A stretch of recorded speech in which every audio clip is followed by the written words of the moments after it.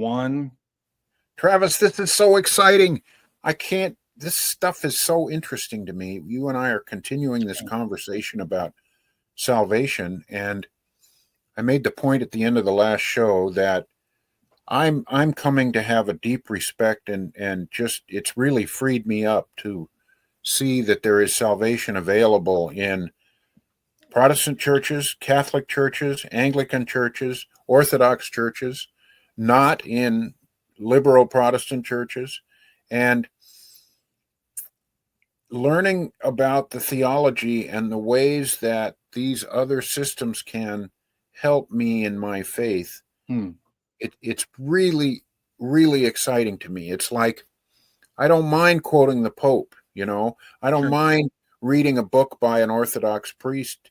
I really like, hearing from a Lutheran and a Reformed guy, and taking all that stuff in, where I used to be really, I just had a little tight silo, and I didn't want to listen to anybody that didn't think exactly like I do. And now it's like, wow, bring it on, man. They got some great stuff. I went through those Catholic classes and the OCIA class and learned all about Catholicism, and learned enough to know that there's some real serious red flags for me. I don't want to go there, but there's some other stuff they do that's just amazingly fantastic, and it's changed my faith for the better. Well, your friend that you talked about in the last show that became a Catholic, I think that experience illustrates the bankruptcy and large pockets of evangelicalism. I mean, I'm an evangelical, so I'm extremely critical of my own tradition there. I'm kind of embarrassed by it. I think that we offer, especially in the Reformed faith, as deep a worship, a theology, sacraments, all of it, as anything any other tradition can offer. So, and the very fact that so many of the pastors in my own denomination, I don't think are really tapping into that, is an illustration of just how far we've removed ourselves from our roots. But we are talking about, as we're doing Christ on Purpose, we're talking about free grace theology versus lordship. And last time I quoted John MacArthur to the fact that you have to make Christ Lord before you can be your Savior. You have to make him Lord in principle. You and I both expressed problems with that. Then we're now looking at free grace theology. And despite the fact that I have great respect for many of the pastors and people in that movement, I can't agree with it. And we pointed out that for the free grace individual, faith is intellectual assent to propositions about Jesus. Protest to the contrary, that's kind of what it boils down to for them. And the end result is they are basically, many of these guys, semi-Pelagians who believe in eternal security.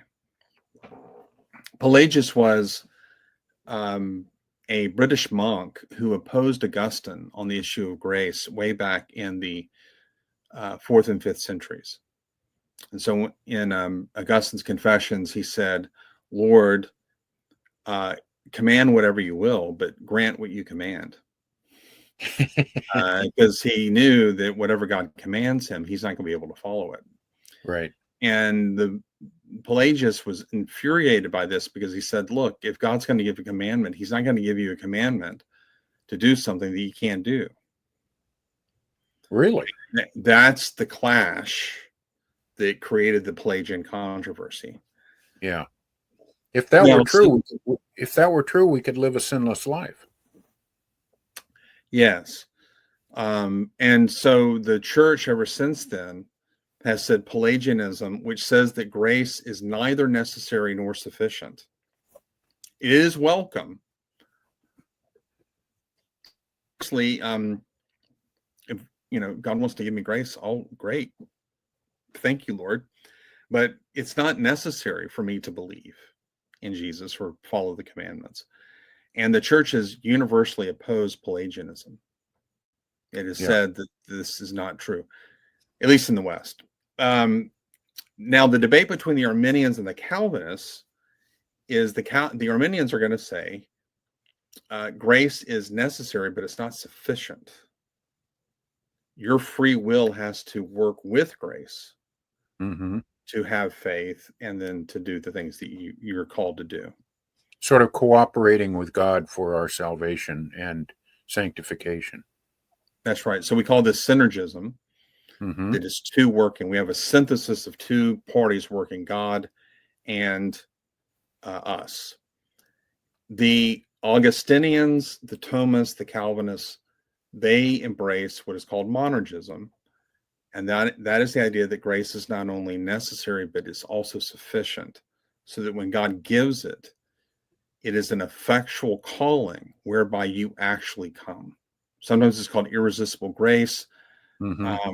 But no Calvinist that I know of is going to say that God does this in such a way that it contradicts your free will.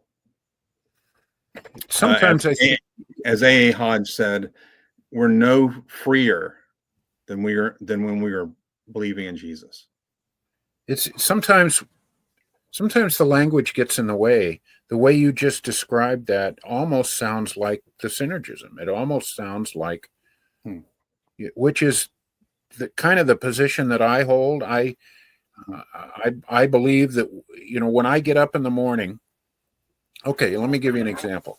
I've started to pray the last few years. You and I have talked about this more than I ever did before. And it's become it's become a ritual, and I'm really working with the Lord on this. This is like, one of my prayers is every morning, Lord, teach me how to pray. Right. So I really wrestle through this. This is not, and it's not easy. There's a whole list of people that I pray for, and I pray for my day. I pray for my wife. Ask the Lord, show me how to love the people that he brings into my life. Now, even days that I'm not feeling it, I do this. It's become a ritual for me in a good sense. So it's very mixed with he gave me the idea in the first place to do it.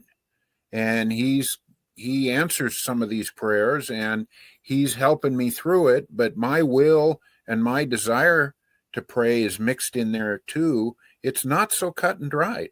It's not easy to separate that out and say, well, you're doing it on your own and you're just hoping God will bless it. And I am. I admit that, of course, but that's certainly not all that's going on. Right. Well, if you want me to unpack sort of the Reformed view, I do. Most Reformed theologians, I can quote R.C. Sproul in his book Chosen by God. He pointed out that according to the Reformed view, the new birth is monergistic. Only one being causes that, and that's God. And so you don't get born again because you believe because you were born again. And that's monergism. The new birth is wholly of God. And so we would go to texts like John 1:12 and 13. As many as received them, even to those who believed in his name, he gave the right to become children of God, who were born not of the will of the flesh or of bloodlines or the will of man, but of God. So all creaturely will had nothing to do with your new birth. And so as Jesus says in John 3:6, John 3:8, the Spirit blows where he wills, and you hear the sound of it. You don't know where he's coming from, where he's going. Such are those who are born of the Spirit. So the Spirit is wholly free to quicken the heart of those whom he chooses. And I have no power over that. I can't conjure up your faith. I can lead you to the water, but I can't make you drink. But when the Spirit quickens your heart, you do believe. And so, to quote Louis Sperry Chafer, an interesting person to quote, babies never cry until they're born, and no one believes until they're born again. So now, well, I'm sorry. That's the monergism part. Okay. Once you're saved, you're sanctified synergistically. So In your other words, sanctification comes about through you cooperating with God's Spirit to become more holy. So John 3:16, the most famous verse in the Bible. For God so loved the world, he gave his only begotten Son, that whosoever believes on him shall not perish, but have everlasting life. The plain reading of that, the initiator of that action is the person reaching out to God. So you don't think God is initiating that action? He gave his Son? I'm just coming up on the other side of what you're saying. It seems like for as many verses as you can quote one way, there's a lot of verses that you can quote the other way. And so my sense is it's both at the same time. Somehow God knows who is called and who, from the before he created anything, he created this universe, knowing how everything would play out. So clearly that has to be true. But at the same time, my free will is involved in reaching out to him for my initial salvation, I think. Yeah. And so I'm not sure what you label that, but I just think it's a very synergistic thing. Well, I mean, that would be the Arminian view that God and man co-work to produce faith, and synergism just rides on through the rest of it. And I don't see how that compromises God's sovereignty at all. Right. For me, it's like, those who believe in predestination only, that there is no free will, are trying to protect God's sovereignty. And I understand that. It's very easy to understand the idea of a God who creates everything and everything plays out the way he wants it to play out. But imagine he creates truly free will people who some choose him and some don't, and he still knows how it's going to play out. It's almost like a super sovereignty. It's like that's a higher breed of sovereignty, and that impresses me. Like, okay, wow, that I can bow down to. How much have you studied Molinism? Only a little bit because of your leading. So I can't say I really have. No. Well, Arminius appropriated Molina's views, and this we're getting off topic a little bit, but I guess the juice is worth the squeeze here. Molina was facing the problem that you kind of raised, which is if God knows everything that's going to happen before it happens and decrees it, has he not, in a sense, chosen who will and will not be saved? In a sense, and in another sense, no. Well, okay, so the question is, how do you parse out those senses? And so if you follow classical theism, you are kind of stuck with God's unconditional election of certain persons for salvation vis-a-vis passing over others. So that would be the view of Augustine and Aquinas, and then later the reformers.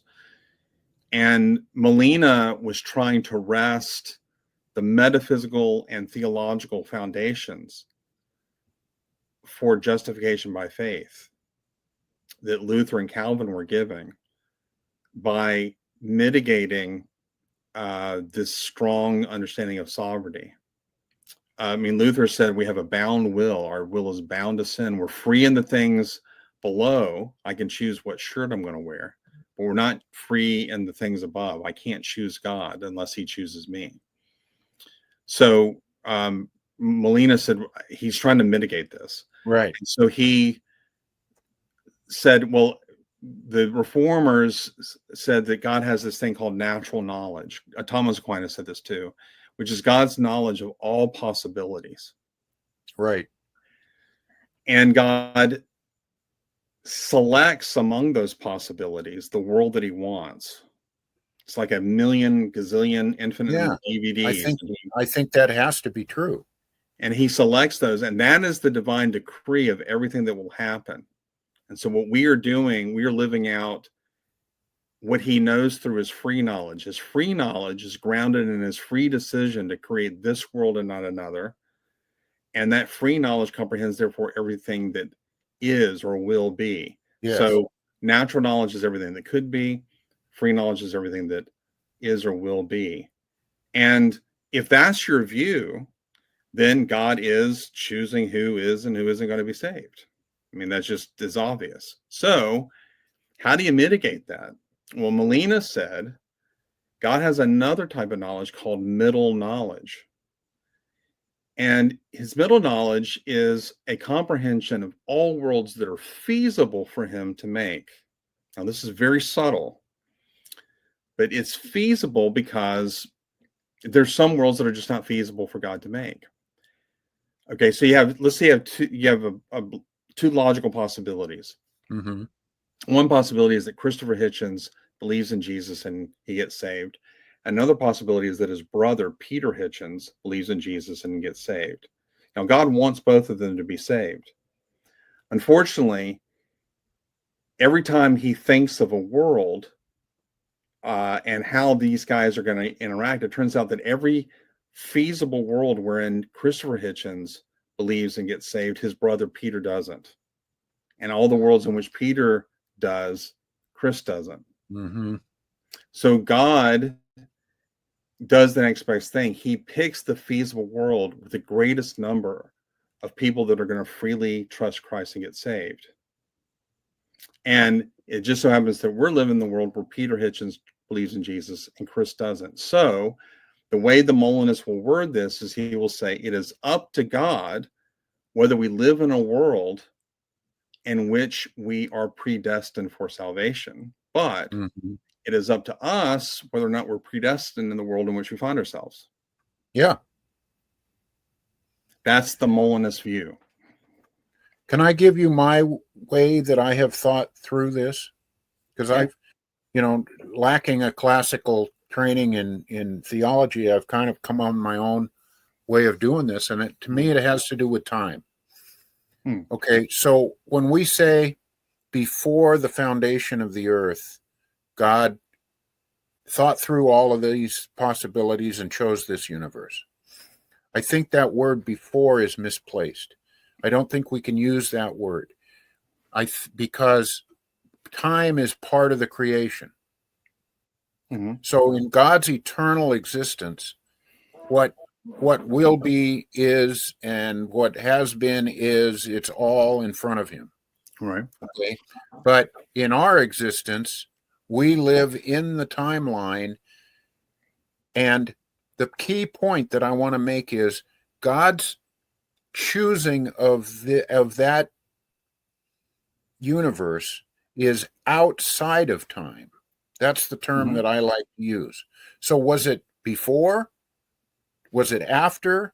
Was it during? No, it's outside of it. So it's a matter of perspective.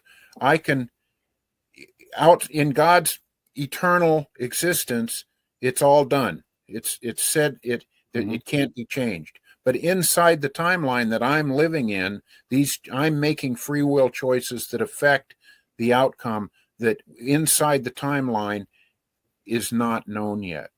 The analogy I use is think of a CD, okay? Think of a CD that has on it the seventh game of the 2024 World Series that the Dodgers won the World Series, okay? From outside of it, I can look at the CD and the whole, if I could read it with my eyes, the whole game is in one moment on the face of that CD and it's unchangeable. That's God's eternal existence. But if I play the CD, I can see the moment by moment choices that were made that define the outcome of that game. So there's two ways to see and they're both legitimate fundamental views of the same thing. One is God's eternal existence where it's all done. One is inside the timeline where I'm making free will choices that define how it got that way, and it's outside of the timeline. That's the key to making it work for me. Did God have a choice in which CD becomes reality? Yes. Did we have a choice in which CD becomes reality? Yes. How? by me answering this question and every other little momentary thing that I do, that inside the timeline is not defined yet. Yeah, but I mean, he sees the whole DVD or CD. Right. Right. DVD. Right. Now there's another CD where you don't exist. I don't exist. Right. Or, and there's another CD where you get saved and I don't. Yeah. There's another CD where I get saved and you don't. And there's another CD where neither of us get saved. Okay. So who determines which CD becomes the real world? This is where this synergy is. In God's eternal existence, which is outside of time, it's done. He doesn't have a library of CDs and pulls out different ones and plays them. There's one DVD that shows it all, but we're inside the DVD, we're still writing it. Yeah, but okay, so he pulls that CD and he goes, "This is the real world." That's it, and he never changes it. That's right. it. So that he's foreordained everything that comes to pass. Right. Okay. Now, obviously, the choosing of it makes your choices real. Yes, but we haven't chosen it yet inside the timeline. Yeah, but since he's eternal, he's upholding the timeline and is eternal now. That's right. And so, as he's holding up the timeline, you're making the choices. Now, if he were not holding the timeline through his decree, you wouldn't make the choices you're making. That's true. So his decree is he not only determines what will be, he determines how it will be. And that means he's determining all matters through your freedom. From his perspective, that is true. And my perspective, your perspective, we are in the timeline and it's not written yet. Okay, I guess, but I don't see how if it's objectively written, then it's written already. Even if I personally don't know what the end is, that's just a statement about my ignorance about how it turns out. So when did, in relation to this moment right now in time, when did God make this decision? Now. As we go. So it's a synergism. It's a synergism. His now comprehends the present, past, and future all in one simple intuition. So it's now. And I don't determine the end from the beginning. He does. And all my days are written for me before one exists. Right. And so he's the one that makes the choice as to whether I live in a world in which I'm elect.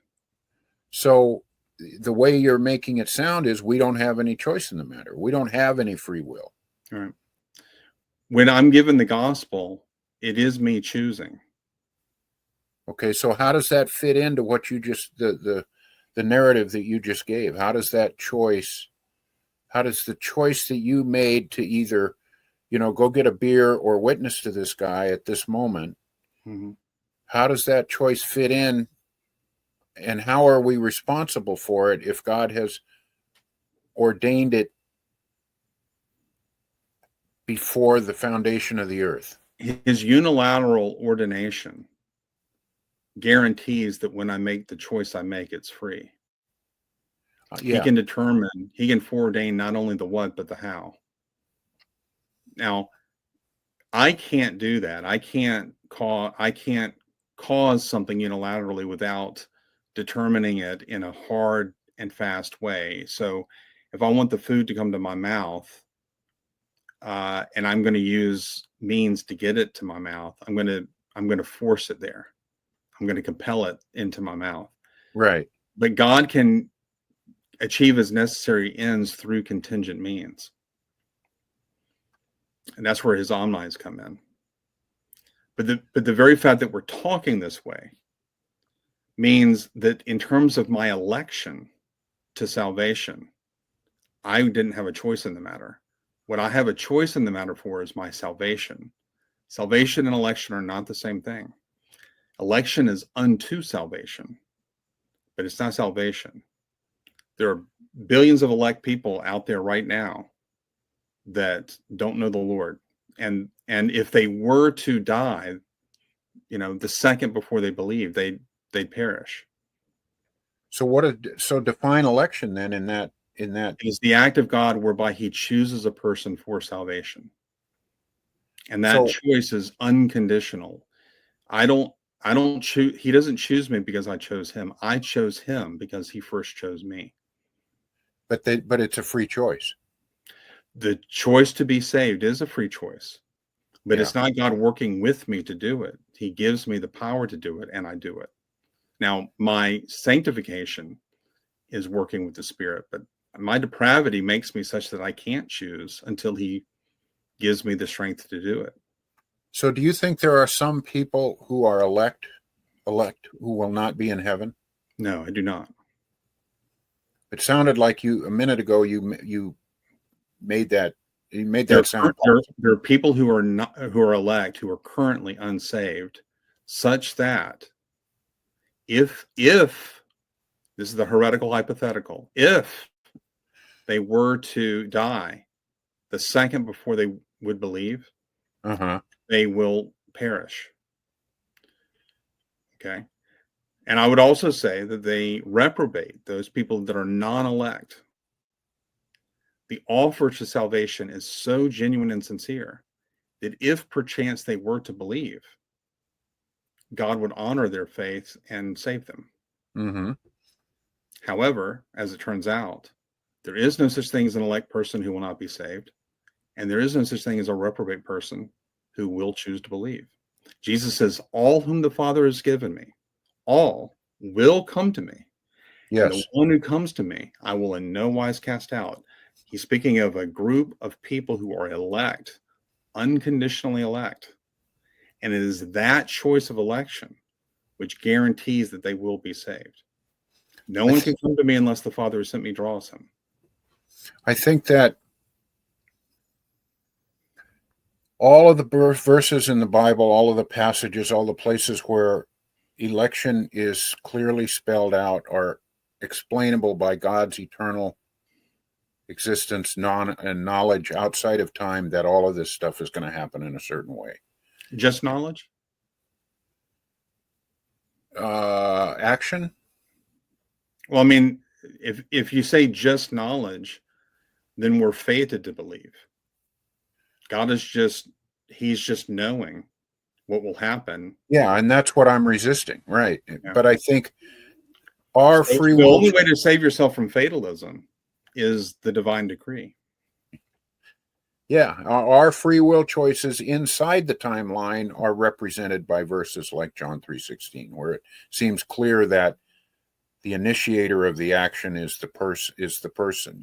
Behold, I stand at the door and knock. If any man hear my voice, and I will open the door. Well, who's seems like Jesus is waiting for us to make a decision in that verse. So there's a lot that you can go both ways with the passages, and I think my model represents it does well to represent all of the different places in the Bible that seem to be in opposition. They're not. It's just a matter of perspective. When you hear me say that the new birth precedes faith, do you hear me saying that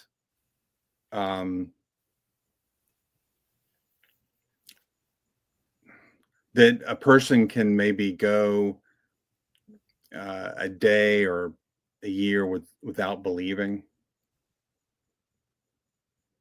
I don't know. In other words, a person gets born again and then they don't believe for maybe a year or two. Do you hear me saying that? I think I hear, if some random person said it, I would say yes, because I know you. I don't think you're saying that. Yeah, we don't believe that the new birth is causally prior to faith, but it's temporally simultaneous. The moment I'm born again, I believe. Just like a baby, when the moment a baby is born, they cry. So are we saying the same thing? Are we saying no? You and I don't agree on this. Okay. That's fine. But Yeah. I'm just making sure my view is clarified to you. Yeah. Okay. One of the interesting things about the Molinist Thomist debate is that Molina held to the doctrine of unconditional election. So for all the the going back and forth, he agrees with me. It's just that he gets there in a different way. If God selects a world that's feasible for him, and it turns out that he selected the world in which Peter Hitchens is saved and Chris is not, well, all the qualifications of the world is not going to change the fact that God unconditionally elected Peter and did not elect Chris. And so we can't confuse the means how these people attain salvation with the fact that God has made the determination. And so atheists are going to get just as mad at the Molinist as they will the Calvinist at that point. So you consider yourself a Molinist? That's your position? No. I'm a Thomist. I believe that God does not possess middle knowledge. Okay. But I do think that middle knowledge is the only way in which you can possibly embrace conditional election. Arminianism is the view that says that God elects us because we believe in him. So he looks down the quarter of time, right? And he sees who's going to choose and who's not. And he selects the person that's going to choose for him. And the only way, in my opinion, that you can even possibly have that system in place is if you embrace middle knowledge. I think that the irony is that Molina rejected the Arminian view of election. Yeah, that's pretty funny. Well, next week, Travis, we can do that. But this will be fun. Yes, it is. It's ridiculous. I love you, brother. Me. This is fun. This is a blast. Thanks, man. We haven't even gotten to free grace and lordship, so I guess that's next week. Next week. Take care, man. See ya.